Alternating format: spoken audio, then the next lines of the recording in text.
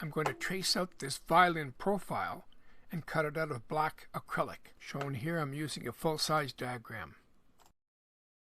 First thing we'll do here in Logic Trace is we'll select the 4 points to define my work area. And as you can see here, I'm touching the outer 4 corners of the diagram. The first Logic Trace command I'm going to use is the curve fit. I'll be using the curve fit command for quite a bit of this violin tracing. Started tracing at the top part of the violin profile. The outer perimeter is one complete trace, so you don't stop until you get right back to where I started from. It's easy because you've got those buttons to select the different commands, so you can just switch from one command to another before you completed that full trace. I'm not showing here, but I save my work frequently. Also at the left side of that violin, you can see where I selected the trace command.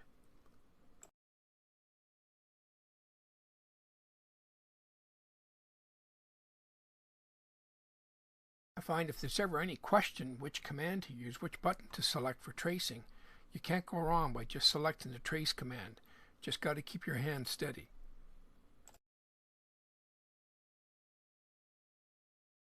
I'm showing here that I'm saving my work.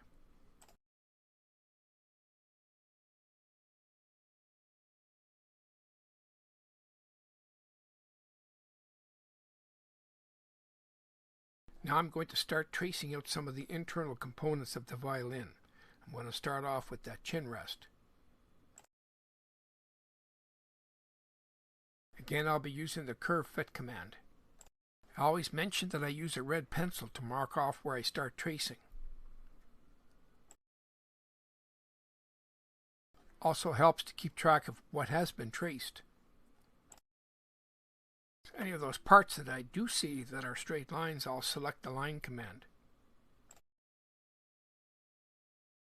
Using the trace command to trace out those keynotes. This is not the first violin I've traced out. I've done a few. I seem to like tracing out musical instruments, violins and guitars.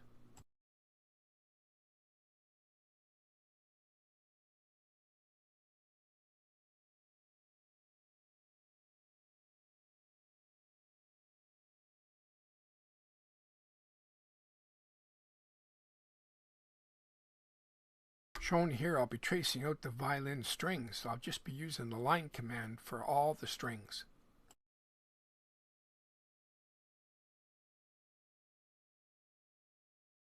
Which makes for very fast tracing because you're just using that one command for all the lines.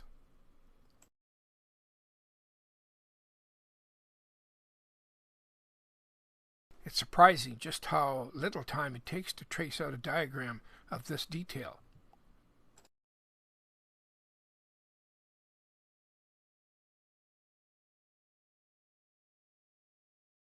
I always get my diagrams printed out large, even sometimes bigger than the actual object that I'm making, because of the tracing. It makes it a lot easier to trace something out that's quite big.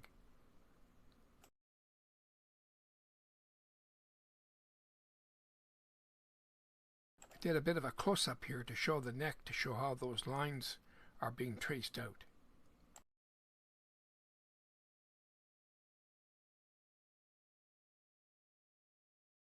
This is going to end up being a really interesting project because I'm going to use 1/4" black acrylic.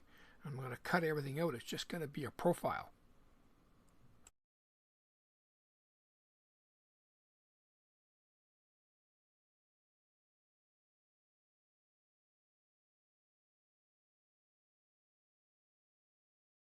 Again, it's just a matter of selecting the various commands, the various buttons, and tracing it out.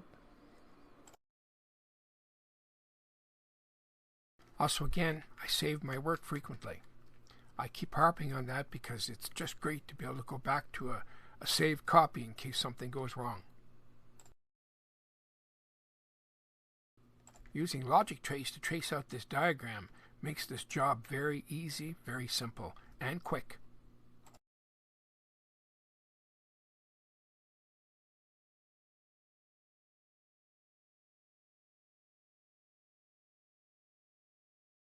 Getting finished up here with the tracing, so I'll save that final DXF file.